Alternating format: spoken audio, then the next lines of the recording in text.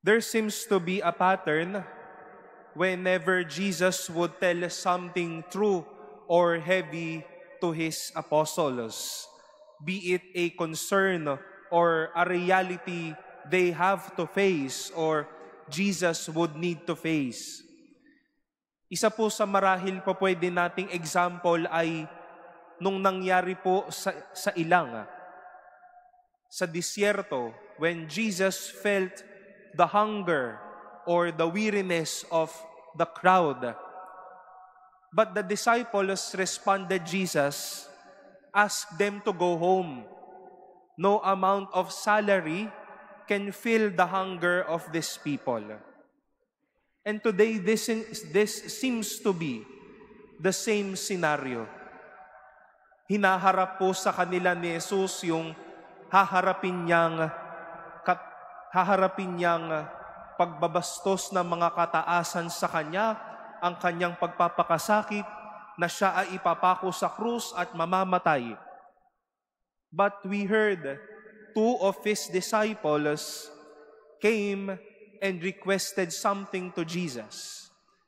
That when you are in glory, hopefully one sits at your left, the other at your right. And we heard no words like, nako, sasamahan ka po namin kapag ikaw ay naghihirap na. O di kaya ay, lakasan niyo po ang loob ninyo, tibayin po ninyo ang inyong loob sa paghaharap ninyo ng paghihirap na ito. But we heard a somewhat opposite response to a supposed to be response of compassion to the sharing of Christ. We were not there when this happened, but this has a lot to teach us.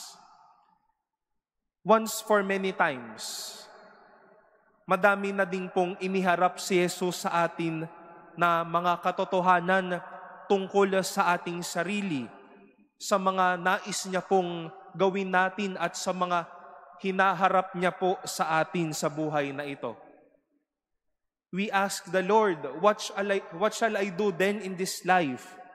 At ipaparamdam naman ng Diyos ano ang gusto niyang gawin sa atin, ano po yung kanyang kalooban. Pero kung sa punto ng totohanan, sa sinasabi nga nating real talk, we sometimes take a step backward, think of other things, maybe divert our attention to other things, and dwell on other matters. Usapang totohanan pala, ay ayoko muna. Dito lang ako sa papabor sa akin. At madalas, ayan nga po ang nangyayari, kung saan yung pabor sa atin at hindi sa kalooban ng Diyos. But who will not be fearful when someone close to you would need to face the cross? Or who would not be so fearful kung tayo na mismo ang haharap sa krus na ito? Wala naman po. Matatakot tayo at baka iharap na lang natin ang ating atensyon sa iba.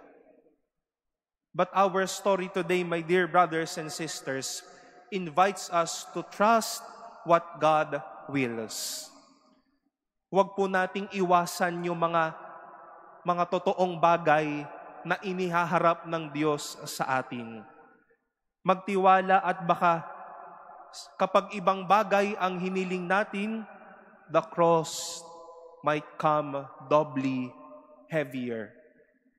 Pero kung haharapin natin ang katotohanan, makikilakbay tayo sa kalooban ng Diyos. Yes, there's the cross, but we know for a fact that graces and blessings will flow.